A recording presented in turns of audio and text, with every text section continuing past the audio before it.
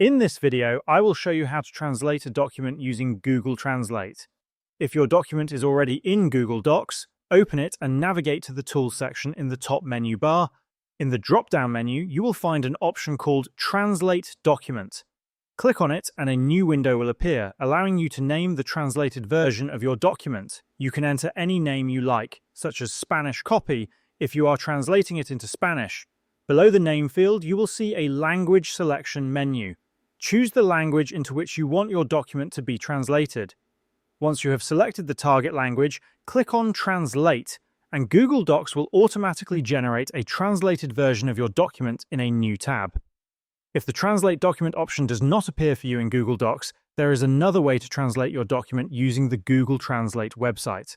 To do this, open a new tab in your browser and go to translate.google.com. Before you proceed, go back to your document in Google Docs and download it to your device. To do this, click on the File menu in the top left corner, hover over Download, and select the file format you prefer, such as .docx or .pdf.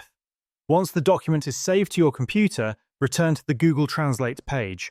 On the Google Translate website, you will see different options at the top.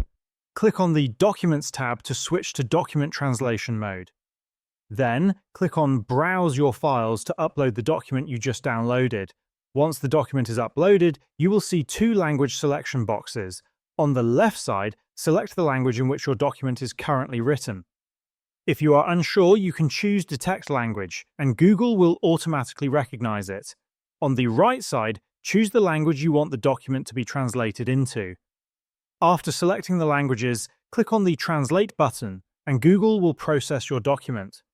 Once the translation is complete, click on Download Translation, and the translated version will be saved to your device. When you open it, you will see that the document is now fully translated into your chosen language.